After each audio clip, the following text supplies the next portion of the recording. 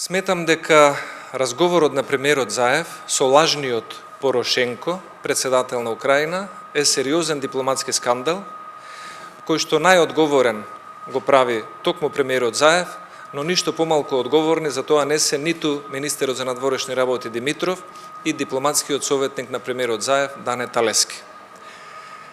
Не може да се случи 3 пати во низа, во август 2018, јануари 2019 и април 2019 разговор со лажен председател на Украина, што значи дека 3 пати разговарање, значи дека се изградила и меѓусебна доверба и откривање на многу чувствителни државни информации во тие разговори.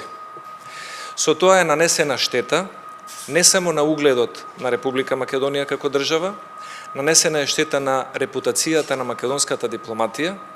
Исто така изнесени се во јавност, доколку Заев потврди дека неговиот глас е автентичен, чувствителни политички, дипломатски и безбедносни информации. И на крајот нанесена е штета на довербата од трети држави кон Република Македонија, бидејќи се спомнувани поединци и високи функционери од САД, Германија, Србија, Русија, Грција и други држави. За да не се случуваат вакви сериозни дипломатски инциденти на највисоко ниво, премиерот Заев морал да знае, или ако не знаел, требало да биде поучен од советникот за дипломатија Дане Талески и министерот за надворешни работи Димитров, дека меѓудржавни телефонски комуникации се остваруваат според предвиден дипломатски протокол. Тоа значи дека двајцата државници, после изјавена желба да стапат во контакт, ги информираат министрите за надворешни работи, кои што ги информираат амбасадорите во соодветните земји. Амбасадорите разменуваат информации за желба за државничка комуникација на телефонско ниво, се утврдува термин, терминот се потврдува преку дипломатските советници во кабинетите, се случува разговорот и за истиот се прави архивска белешка, што значи дека и државата и Министерството за надворешни работи имаат архивска меморија за разговорот и темите за кои што било зборено на таквиот меѓудржавен разговор.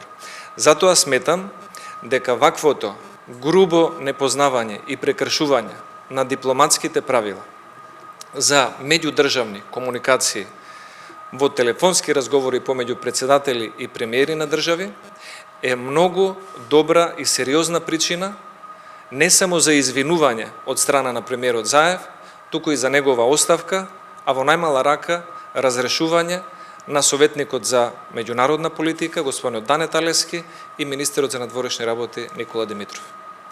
Тоа е моето мислење. Повелете доколку има прашање, ви стојам на располагање. Тоа што сакам да го споменам дополнително е дека сум бил министер за надворешни работи на државата 5,5 години. Ваков скандал и пропуст досега во Македонија се нема случајно.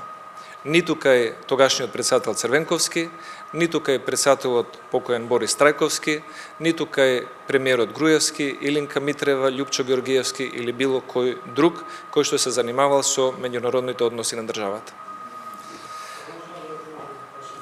Повелете. Комисија за помирување веќе по-период не функционира. Дали ова комисија ќе се створена или се водена само за да се посмена амнестија за определени луѓе или има и друга цел? Која е оваа комисија? Зашто се основуваше?